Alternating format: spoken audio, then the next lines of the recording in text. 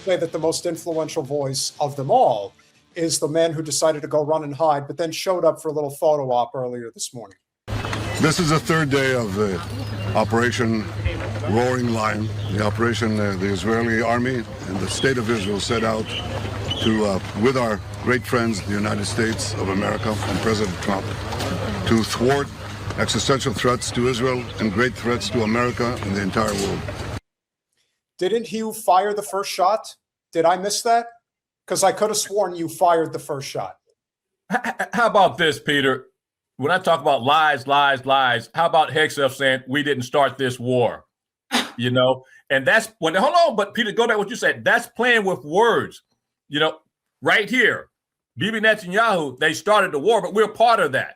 And so we're part of that team. So we did indeed start that war. However, you know, Hegseth can play with words. If you listen, we didn't start this war. He's playing with words, but we indeed started this war. Bibi Netanyahu, you started this war, this illegal war. The thing that I think he's going to have a very hard time selling, which I think is going to happen a lot sooner rather than later, the world is against them, and they're starting to kind of realize that, yeah, that probably is true. So when they're out there crying bloody murder, when hellfire and brimstone is raining down upon Jerusalem and Tel Aviv, and no one is coming to their defense. Yeah, they'll drag France into it for a little while because Macron is compromised as well. But the fact that the Green Party won a major election in the UK, and now Keir Starmer has come out and said that the UK is not backing them militarily, it's like, who else are you going to go to?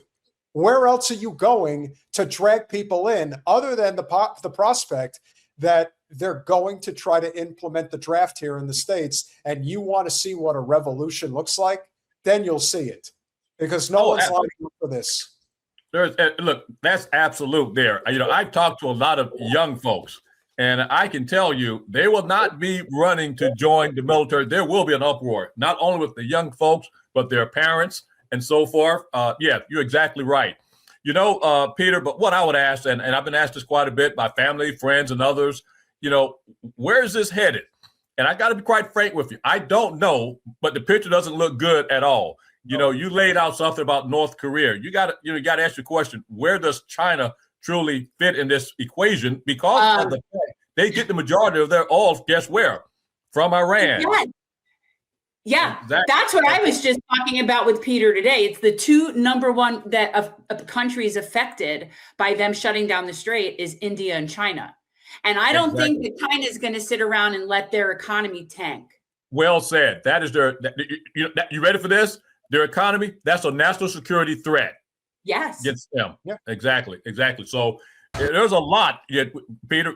I don't know where this thing is going to head, because I don't know how long China is going to sit back. You know, in the past they've been a non-interventionist country. You know, if you stayed out of their business with Taiwan, you know, hey, they didn't venture out. But now we're talking about their national security, and as Jen alluded to, you know, their economy.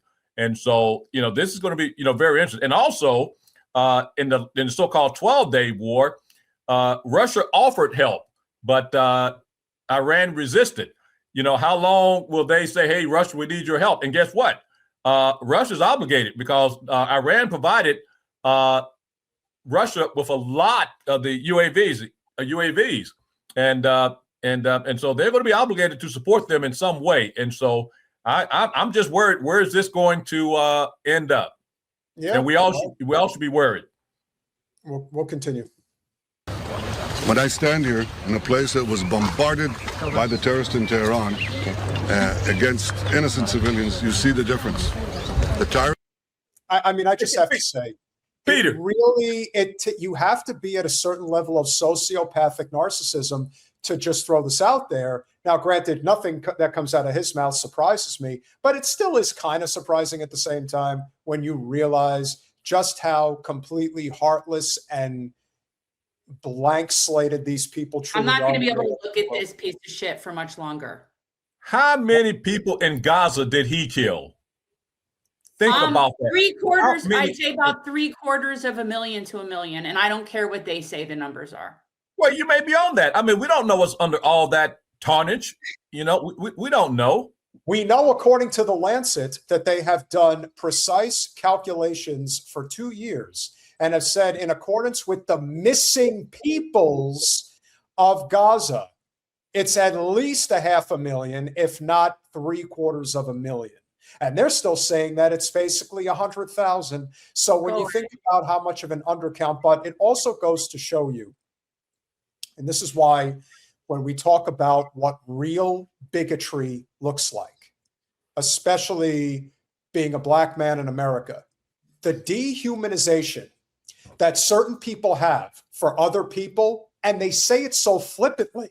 Oh, it's just 100,000 Palestinians. It's not a big deal. Yet when 2 Israelis get shot down in Washington, D.C., the entire world goes upside down. Everything stops, mournings, flags at half staff, and people cannot compute that that's what real bigotry looks like. And in their mind, they don't think I don't even necessarily know if they don't think that they're bigots. They just don't give a shit, because I've always said that probably the biggest problem in the States, more than anything else, there are even people that are living in poverty, quite frankly, in many instances. Too many people are living they're creatures of comfort. They have things that allow them to live with a comfortable mindset, maybe not comfortable economically, but a comfortable mindset. They don't have to worry about bombs being dropped on their head. But if it ever came to that, where people had to think about, well, if I walk outside today, maybe death from above might be raining on my head. Yeah, the American people will absolutely lose their mind, and the Israelis are going first. So I have zero sympathy, my friend, just my opinion, but I really do not have any sympathy for these people. We have to watch it. Go ahead. Yes. Go ahead, Jen. Sorry. Go ahead, Jen. Sorry. No, I just can't stare at this man much longer. Like I'm starting to, it's like, he's just so gross. Well, I put him, but let me just get this out. I want to comment on what you just said, Jen. But Peter, we all know, and even Jen experienced this firsthand from a different perspective. The American people, especially Christian Zionists and even people in church, were brainwashed all these years. They believed, chosen people and all that. And like I said, and it took social media to overcome that. And now, as you know, I'm not telling you anything you don't know. Now the Zionists are trying to buy up social media, they keep us, from being more, you ready for this? Woke. And I'm just tired of people, trying to make woke a bad word. It's an awakening. We're being awakened to what's, going on. And so, Bibi Netanyahu, Jen, I wrote down some names when you showed Rubio. And let's talk about Bibi. People I can't stand to look at. I don't want to hear their mouth. But I put him on the top: Rubio, Cruz, Cotton, Lindsey Graham, and Hegseth.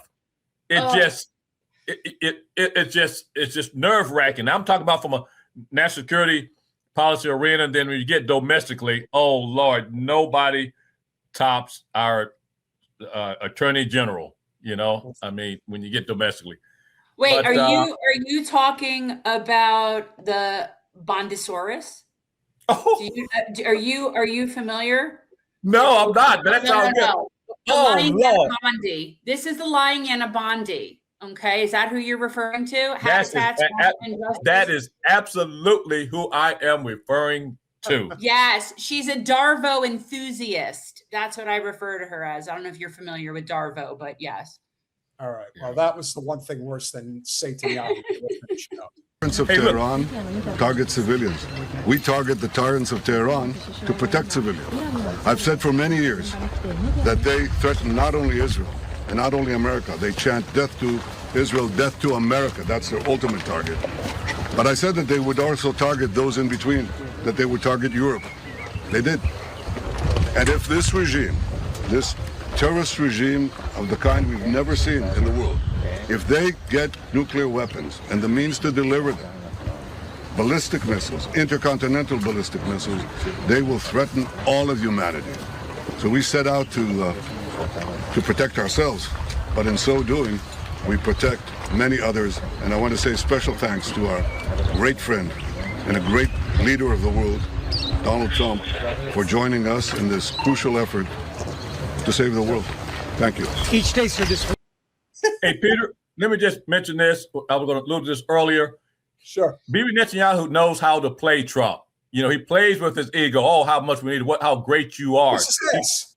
He plays with his ego. The other thing I want to mention, when we were talking about the Iran having a nuclear weapon, as stated earlier, they don't need that nuclear weapon. But at the same time, listen to what I'm about to say here. You mentioned North Korea. I've been on record of saying this. I think it would be prudent for them to get a nuclear weapon. You know, 1,000%. it will be prudent for them to do that. That's a fact. The next thing I'll leave you with, that footage you just showed of Bibi Netanyahu. Here's what I will say to that. Bibi Netanyahu, Iran has a right to defend themselves.